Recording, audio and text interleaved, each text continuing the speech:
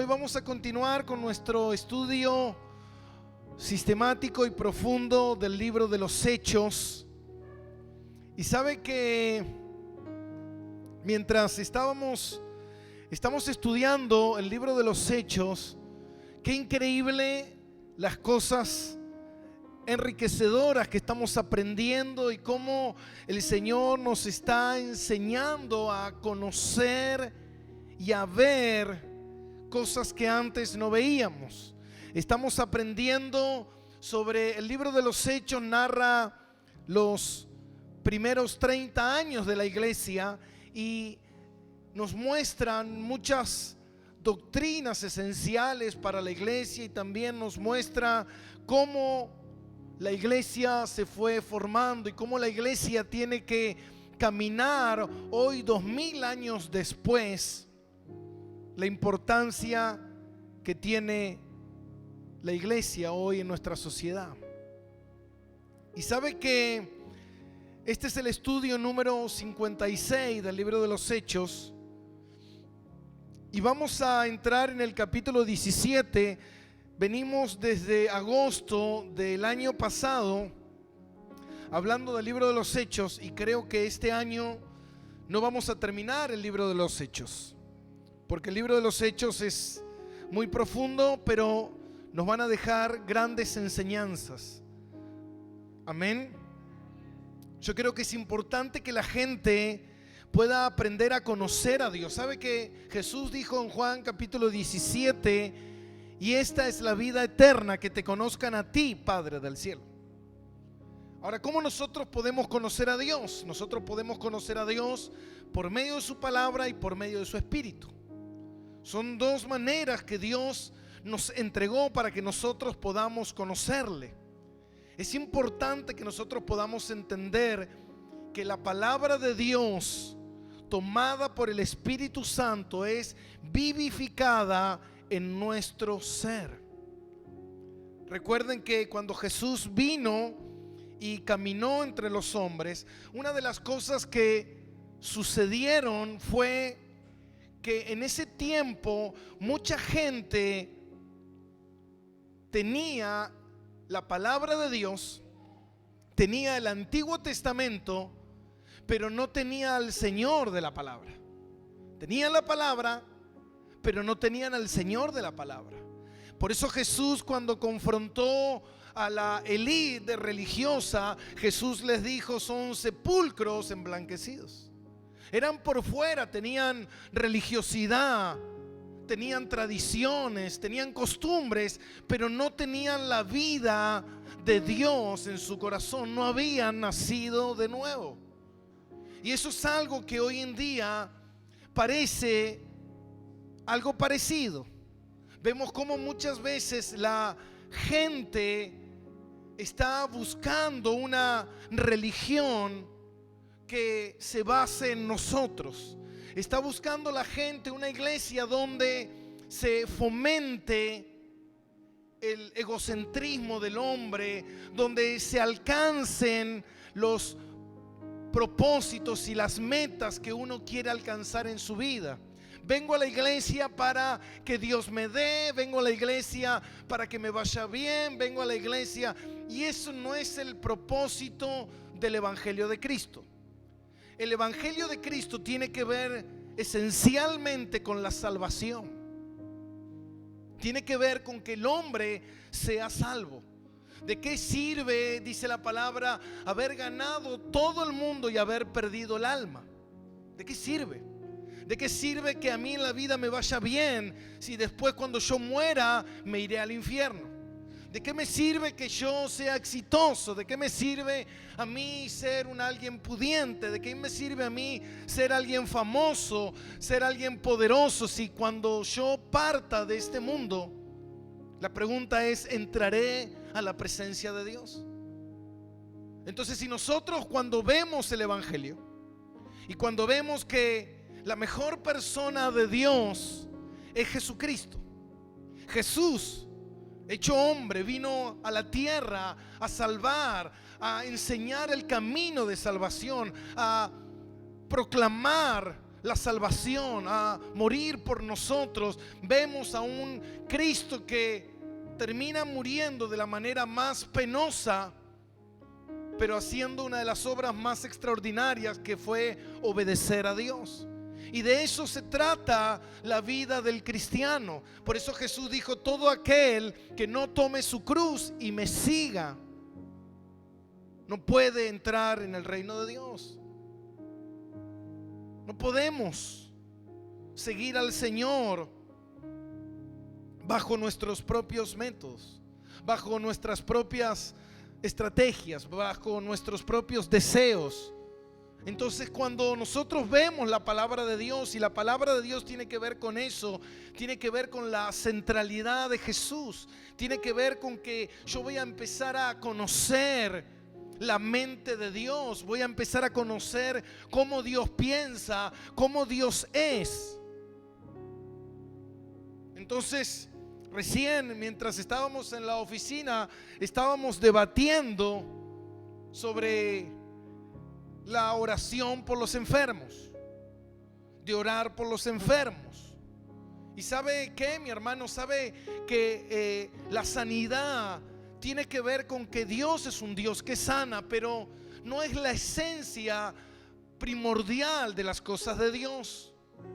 Porque ¿sabe qué, mi hermano? Muchas veces nosotros simplemente buscamos a Dios para que Dios me sane, pero la pregunta es: seguramente mañana te volverás a enfermar. ¿Se da cuenta? Entonces, si hay un Dios que es poderoso, ahora la pregunta es: ¿por qué Dios lo permite? ¿Por qué Dios permite que yo transite por ciertas cosas? La oración correcta sería entender que en ese proceso que estoy viviendo, mi fe pueda ser fortalecida en Dios, y que Dios me ayude a pasar por esa transición de enfermedad. Y si Dios me quiere sanar, Dios me va a sanar, porque Él es soberano. ¿Se da cuenta? El problema es cuando mi exclusividad es buscar a Dios y decirle: Señor, sáname, como que si eso fuese mi único propósito, mi único deseo es estar bien. Y mi deseo, según la palabra de Dios, tiene que hacer agradar a Dios. Y si estoy pasando por un momento de aflicción, imagínate Job en la Biblia. Cuando Satanás se presentó delante de Dios y le dijo Dios a Satanás: ¿has visto a mi siervo Job? Entonces Satanás le dijo: él te honra, él te alaba porque nunca le ha pasado nada, pero cuando le pase verás cómo te niega. Y cuando Job pasó por la enfermedad, Job no negó al Señor, sino que siguió glorificando a Dios. Y yo creo que muchas veces tiene que ver con eso. Muchas veces es que nosotros estamos pasando por un momento de crisis. Y ¿sabe qué, mi hermano? Yo estoy buscando a Dios para que Dios me saque de esta crisis. Pero quizás Dios lo que quiere es que yo pueda aprender que en esta crisis sí puedo glorificarle y exaltarle a Dios por lo que Él es. No como un amuleto mágico, no como una lámpara de Aladino, que es lo que hace hoy todo el mundo, buscando una iglesia, buscando transcriversando la palabra de Dios, distorsionando las escrituras. ¿Para qué? Para que sea una palabra que caiga bien a la gente, que le guste a la gente. Como dice las escrituras, que el Señor se llevó todas nuestras enfermedades. Entonces nosotros empezamos a proclamar eso y a creer eso de esa manera, y está sacado de contexto. Tiene que ver, mi hermano, que Dios se llevó todas nuestras enfermedades, y eso no significa que yo no me voy a enfermar, porque si no, entonces ¿cómo puede ser que el apóstol Pablo dice que él padeció muchas cosas por causa del evangelio? Dice Pablo: yo no me enfermo, ¿acaso? Dice Pablo. ¿Cómo puede ser eso entonces? ¿Cómo puedo yo estar sirviendo a un Dios que permite que me enferme? Pero cuando yo empiezo a entender el por qué Dios permite eso, entonces mi percepción y mi conocimiento de las cosas de Dios empiezan a cambiar. Y eso es lo importante, porque yo creo hoy en día que el mensaje de hoy tiene que ver con eso. Tiene que ver con que Dios quiere enseñarnos a que nosotros podamos aprender a conocerle, a estar más cerca de Él, a que se despierte en nosotros no el deseo religioso de buscar un Dios para que me sea beneficioso, un amuleto mágico para que las maldiciones no me toquen, no toquen a mi familia. Pero no tiene que ver eso la realidad del evangelio. Tiene que ver con que yo le busco a Él, como dice en Isaías 43:7, porque Él me creó con un propósito, y ese propósito es darle la gloria a Él, sea cual sea mi situación, sean buenos, sean malos, sea joven, sea viejo, sea lindo, sea feo, tenga o no tenga, yo poder darle la gloria a Él. Entonces hoy estamos viendo que la palabra de Dios durante mucho tiempo fue o está siendo violentada, está siendo distorsionada. Pero yo creo que tiene que ver con la perspectiva de cómo nosotros estamos viendo las cosas. Si nosotros estamos viendo a Dios desde el ángulo correcto, o yo estoy viendo a Dios desde el ángulo donde yo quiero ver a un Dios que me beneficie, no viendo a un Dios en el cual yo estoy rendido a Él a servirle. Esa es una creencia errónea que nosotros tenemos, de utilizar a Dios. Hace un rato me contaba un hermano que en un canal cristiano estaban orando y le decía, bueno, usted tiene que traer su dinero, y usted tiene que pactar, y usted tiene que hacer esto para que la mano de Dios, nosotros vamos a mover la mano de Dios para que Dios haga lo que usted quiera. Wow. Eso es idolatría. La idolatría es eso, es tener un Dios de yeso donde Él va a hacer lo que yo le diga, va a aceptar lo que yo le diga porque nunca va a hablar, va a ir donde yo le diga porque yo lo voy a llevar. Pero el Dios verdadero no es así. Por eso Jesús, cuando enseñó el Padre Nuestro, es: Señor, hágase tu voluntad. Aunque yo no esté de acuerdo, aunque yo no lo entienda, aunque yo no lo quiera, aunque yo no lo acepte, hay una voluntad, hay un diseño, hay un plan de parte de Dios. Desearía que las cosas cambiaran, como muchas veces la gente saca de contexto. Bueno, Dios cumple las peticiones de tu corazón, y como este es mi deseo, Dios me lo tiene que dar porque es mi deseo. No, no es así. No podemos ir en contra de las verdades esenciales de la Biblia. Por eso que en la palabra, si uno verdaderamente no es guiado por el Espíritu Santo, puede hacer un desastre. Puede hacer un desastre. Y mire lo que dice en el libro de los Hechos, capítulo 17. Dejamos ahí a Pablo, ¿se acuerda? Después de lo que le pasó en Filipo.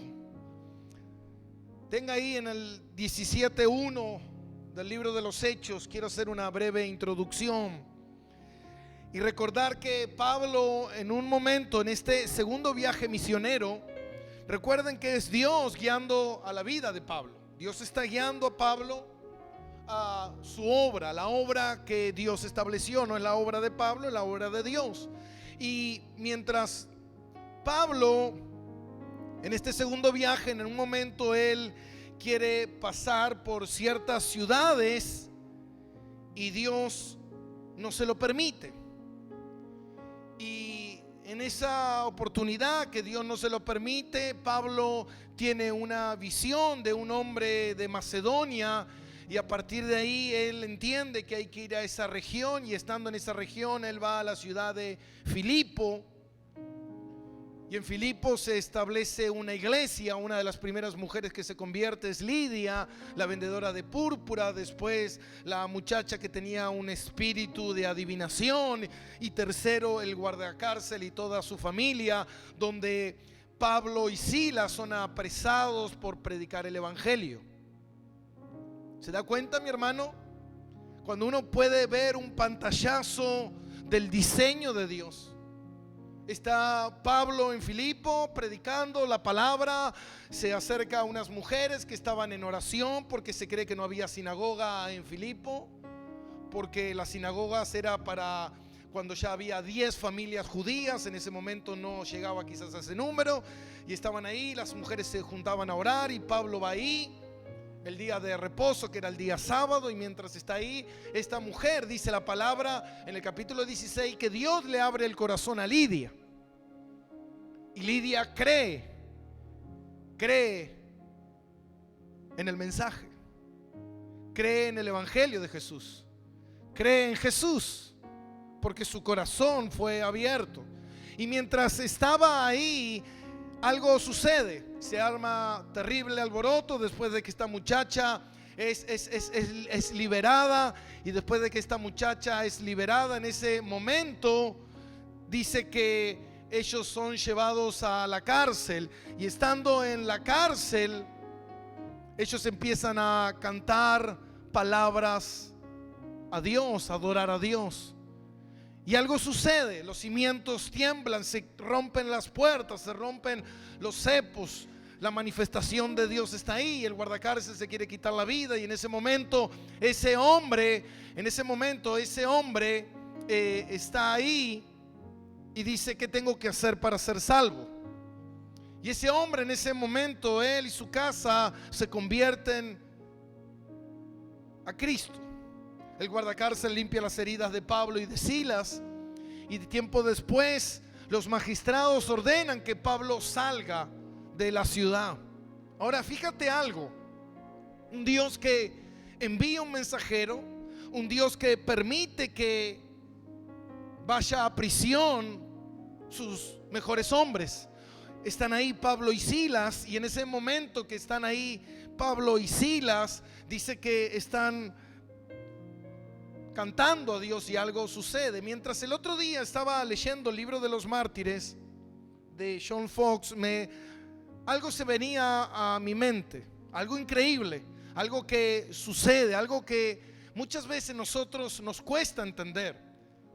Y dice que en el siglo II, siglo III aproximadamente, cuando había una gran persecución sobre la vida de los cristianos por los emperadores romanos, en ese momento muchos de los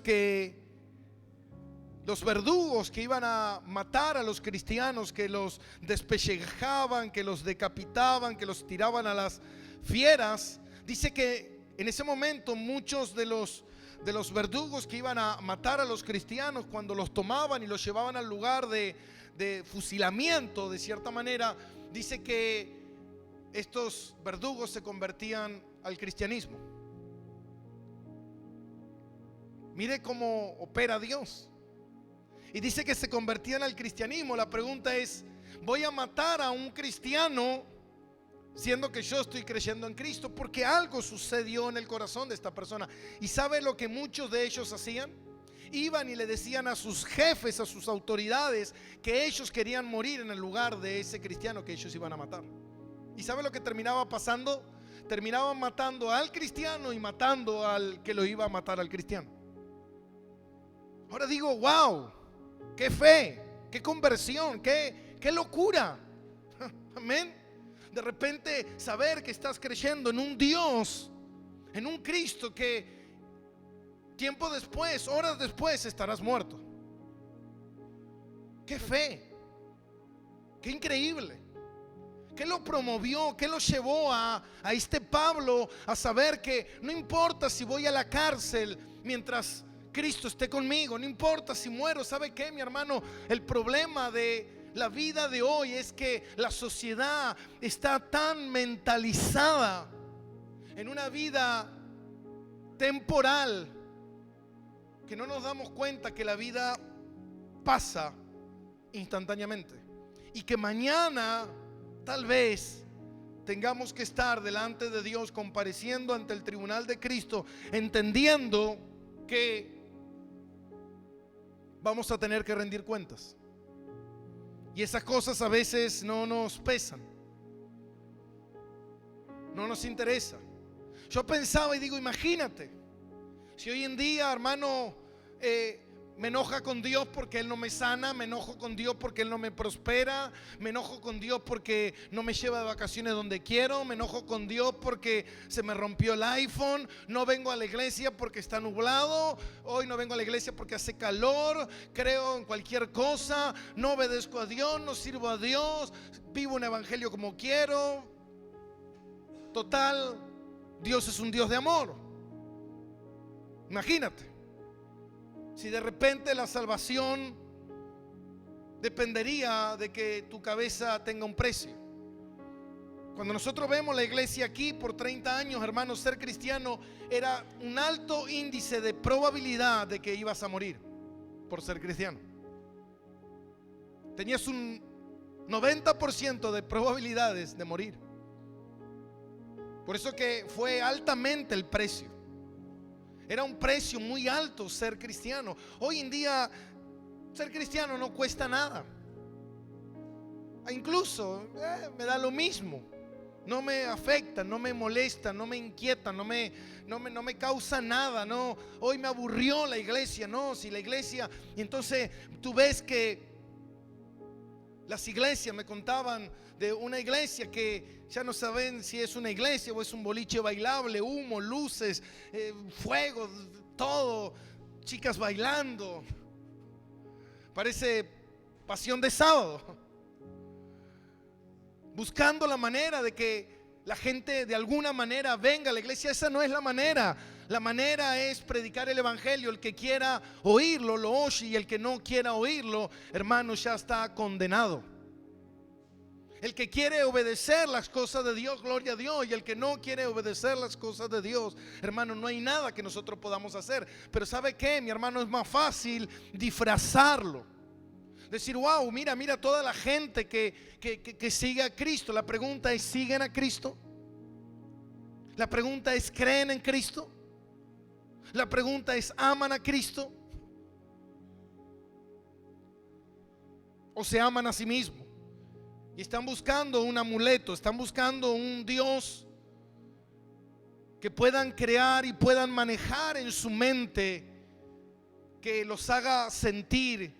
Porque yo veo muchas veces las frases de los cristianos, veo los estados de Facebook de los cristianos y es nadie me podrá hacer frente, yo estoy bien y yo me valoro y yo valgo tremendo y yo soy esto y yo soy lo otro. Y cuando tú empiezas a mirarlo desde una perspectiva, dice, aquí te estás idolatrando.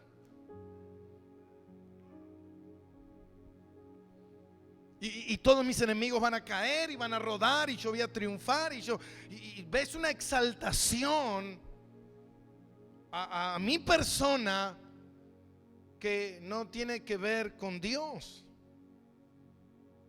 Entonces yo creo que nos falta entender un poco más la palabra de Dios. Entonces cuando nosotros estamos viendo aquí en el libro de los Hechos, vemos que es Dios el que hace las cosas. Y Dios no le permitió a Pablo ir a ciertas ciudades, pero sí le permitió ir a Filipos. Y cuando salieron de ahí, fueron a Tesalónica. Y yo titulé este mensaje, el evangelio llega a Tesalónica. Ahora, cuando uno piensa que el evangelio llega a un lugar, uno puede pensar y decir, wow, tremendo, llegó, algo va increíble, va a suceder, pero no es así. Porque ¿sabe qué, mi hermano? La verdad de Dios tiene dos reacciones, dos situaciones. Lo mismo le pasaba a Jesús. Jesús estaba predicando y había gente que se estaba convirtiendo, había gente que se estaba salvando. Mientras tanto había gente que estaba crujiendo sus dientes buscando la manera de matarle. Y tú te preguntas y dices, ¿cómo puede ser esto? ¿Cómo puede ser factible? Un Jesús que está predicando, un Cristo que está hablando, y de repente hay gente convertida y hay gente que lo está odiando. ¿Por qué pasan esas cosas? ¿Sabe qué? Eso es lo que tiene de poderoso la palabra de Dios, el evangelio predicado como corresponde. La palabra real del Señor tiene ese efecto. Hay gente que su corazón al escuchar el evangelio es derretida como la cera, y hay gente que al escuchar la palabra de Dios su corazón es endurecido como la piedra. ¿Se da cuenta? Entonces fíjate lo que pasa en Tesalónica.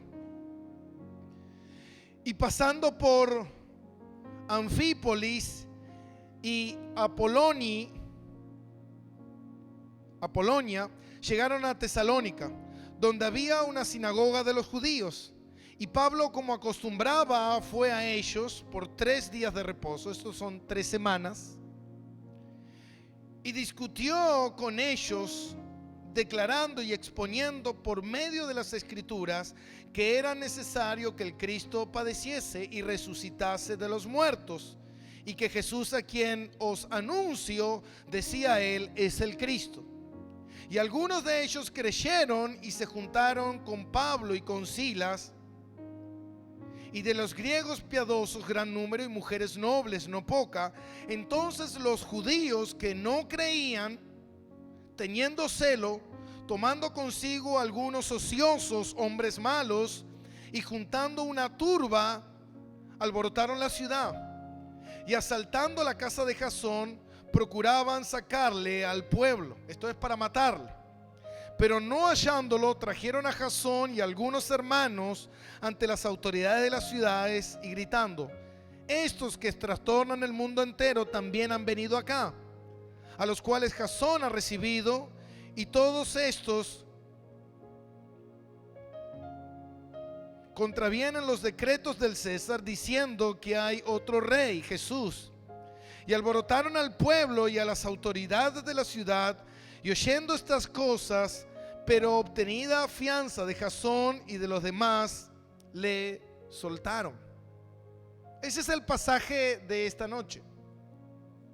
Vemos cómo Pablo llega a Tesalónica y predica la palabra de Dios. Pablo tenía un método, y el método que él utilizaba era de ir a las sinagogas. Las sinagogas es la iglesia de los judíos. En ese lugar, acuérdese que el imperio romano era el que gobernaba en ese tiempo gran parte del mundo conocido hasta ese entonces. Y en ese momento muchos judíos que eran esparcidos por diferentes lugares establecían sinagogas, porque no podían ir al templo de Jerusalén a adorar a Dios. Entonces se reunían ahí donde se leía la Torá y donde se alababa a Dios. Y Pablo, que él había sido instruido como fariseo, él había sido instruido a los pies de Gamaliel, uno de los mejores maestros de ese entonces. Pablo tenía como esas credenciales, como esas chapas que lo autorizaban a él como maestro, pero él era un maestro que conocía a Jesús. Y dice que él acostumbraba a entrar a las sinagogas y predicar la palabra del Señor. Entonces, cuando él fue a esta sinagoga, ¿por qué él iba ahí? Primeramente, porque era gente que tenía cierta habilidad con la Biblia, con la palabra de Dios. Tenía cierta habilidad con la palabra, porque ellos tenían la palabra, pero no tenían al Señor de la palabra. Y esto creo que es lo que es importante en esta noche. ¿Por qué? Porque muchas veces nosotros creemos que porque alguien tenga la Biblia es suficiente. Y muchas veces uno puede distorsionar la Biblia, transcriversar la Biblia, diluir la palabra de Dios, acomodar la Biblia, hacerla que la Biblia diga cosas que no dice, utilizarla para mi beneficio. Y esto era lo que le sucedía. ¿Por qué? Pablo era enviado por el Dios de la palabra a predicarle a personas que tenían la palabra. Tenían la palabra, pero no tenían al Señor de la palabra. Y esto es increíble. ¿Por qué? Porque ellos a pesar de tener la palabra de Dios, su mente no estaba abierta. Su entendimiento no estaba abierto. Ellos no tenían salvación. Y esto tiene que ver con el poder del Espíritu Santo. Porque lo que le da vida a la palabra es el Espíritu que mora en nosotros. No porque alguien tenga una Biblia significa que es salvo. No porque alguien que va a una iglesia significa que es salvo. La salvación es pura y exclusivamente de Dios. Dios es el que salva. ¿A quién salva Dios? Eso está establecido en los decretos de Dios. Nosotros no podemos decir aquel va a ser salvo, aquel no va a ser salvo. No. Nosotros podemos especular según los frutos, según si esa persona ha cambiado, según si esa persona está enamorada de Jesús. Porque dice la palabra que el que ama al Señor guarda su palabra. El que ama al Señor le sirve, le sigue, le busca. Entonces es importante entender esto, que esta gente estaba ahí, esta gente leía la Biblia, esta gente iba a la sinagoga, pero esta gente no era salva. Por eso Pablo fue y les expuso la palabra de Dios, el evangelio de Dios, bajo la dirección del Espíritu Santo que operaba en su vida. Y cuando ellos escucharon la palabra, dice que, fíjate algo, dice que Pablo, como acostumbraba, fue a ellos por 3 días de reposo. Esto se calcula que son 3 semanas. Es importante entender esto porque Tesalónica no era cualquier ciudad. Tesalónica era la capital de Macedonia. Era una ciudad cosmopolita en ese tiempo, muy importante por el puerto que tenía y por las rutas de acceso que llevaban a Roma. Era una ciudad muy pujante, una ciudad muy grande para ese entonces. Y Pablo iba ahí a predicar el evangelio. Y es importante esto, ¿sabe por qué, mi hermano? Porque después nosotros encontramos en las epístolas de Pablo las cartas que él escribe a la iglesia de Tesalónica. Aquí comienza la iglesia de Tesalónica. Y sabe, entre todas las iglesias de ese tiempo, la iglesia más importante fue la iglesia de Tesalónica. Fue la iglesia más comprometida con el evangelio. Ahora fíjate, ¿se acuerda que Pablo quería ir a Asia? Y el Espíritu no se lo impidió, no se lo permitió, sino que el Espíritu lo llevó a Filipos, donde se levanta la iglesia de los filipenses, que después vemos la carta. Ahora el Espíritu Santo lo está llevando a Tesalónica, donde se va a levantar una gran iglesia. Mira qué bueno es Dios. ¿Se da cuenta? No es algo que nosotros lo podemos hacer, es algo que nosotros tenemos que entender, la soberanía de Dios. Ahora es importante entender esto, porque si yo no puedo captar, yo no puedo entender el mensaje, entonces me va a ser muy difícil poder darme cuenta lo que Dios quiere hacer con mi vida. Si yo no empiezo a entender y a pedirle a Dios que abra mi entendimiento para que yo pueda dejar de ser un religioso y empezar a tener una relación con Dios, a conocerle íntimamente, a tener una relación profunda.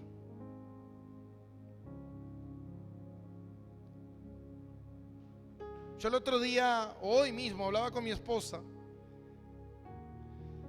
y yo le decía, ¿qué piensas?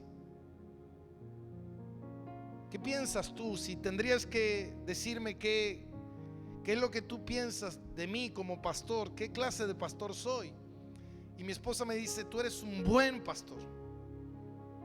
Y yo le digo, anda a decírselo a muchos que dicen que soy un mal pastor. ¿Se da cuenta? Ahora, Jesús, el Hijo de Dios, dice que Pedro le dijo, tú eres el Hijo de Dios. Y Jesús le dijo: esto te lo reveló el Espíritu. Pero muchos le decían: tú eres el hijo de Satanás, tú eres Belcebú. Ahora fíjate, unos veían a el hijo de Satanás y otros veían al Hijo de Dios. Algunos ven, hermano, como leímos el otro día, la palabra, toda la palabra dice que es inspirada por Dios. Por Dios. ¿Para qué? Para que yo le conozca. Pero algunos ven como escritos de hombres, cosas de fuera de contexto, cosas de tradiciones de hace 2000 años que nada tienen que ver con Dios hoy en día. Entonces, ¿sabes qué? No, yo creo en Jesús. ¿Pero de dónde crees? No, porque si tú crees en Jesús, por la Biblia. La Biblia nos habla de Jesús. Y eso es lo que tenía el Antiguo Testamento. El Antiguo Testamento, Jesús dice, todo el Antiguo Testamento anuncia mi venida. Todo el Antiguo Testamento apunta hacia Jesús. Todo. Jesús dijo: Moisés habló de mí, los profetas hablaron de mí. Pero cuando Jesús vino, dice que los de él no le recibieron. ¿Cómo es esto? ¿Por qué? ¿Por qué no le recibieron? Porque ellos no querían a un Jesús con un reino espiritual. Ellos querían a un Jesús con un reino terrenal. A un Jesús que reinara sobre el imperio romano. A un Jesús que derrotara a sus enemigos. A un Jesús que me liberara de la pobreza, de la enfermedad, de la crisis. No a un Jesús espiritual, de un reino que es después de la muerte. ¿Se entiende? Entonces la gente no lo quería. No quería eso la gente. Por eso dice que él vino y no le recibieron. Ahora la pregunta es: cuando él venga de vuelta, porque toda la Biblia apunta hacia su segunda venida. Cuando nosotros tomamos la Santa Cena, dice la palabra, anunciamos su venida. Ahora, cuando él venga, le recibiremos, le reconoceremos, sabremos quién es él. Ahora digo, ¿sabes qué, mi hermano? Hay gente en diferentes partes del mundo diciendo que son Jesús encarnado, diciendo que tienen el poder de Jesús, diciendo que son hijos de Jesús, diciendo un montón de cosas, y la gente le cree. Hombres que se paran arriba de púlpito diciendo: yo soy el ungido, yo tengo poder, yo sano, yo liberto, yo te prospero, trae tu dinero y yo voy a hacer cosas por ti, y esto y aquello y lo otro. Digo, ¿la gente conoce a Jesús? Esa es la pregunta. Pastor, ¿es necesario conocer a Jesús? Claro. Porque cuando tú conoces a Jesús, sabes que eres salvo. Sabes quién es Él. Nadie te va a engañar, nadie te va a engatusar. Porque ¿sabes qué, mi hermano? Una de las cosas que hace el diablo es que el diablo es un gran mentiroso. Dice que vendrá el falso Cristo, los falsos profetas, las falsas religiones, esto, aquello y lo otro.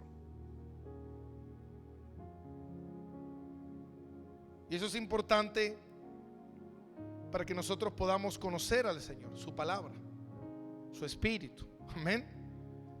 Ahora, Pablo predicaba el evangelio bajo la dirección del Espíritu, y lo que esto provocó fue que algunos creyeran y otros se endurecieran.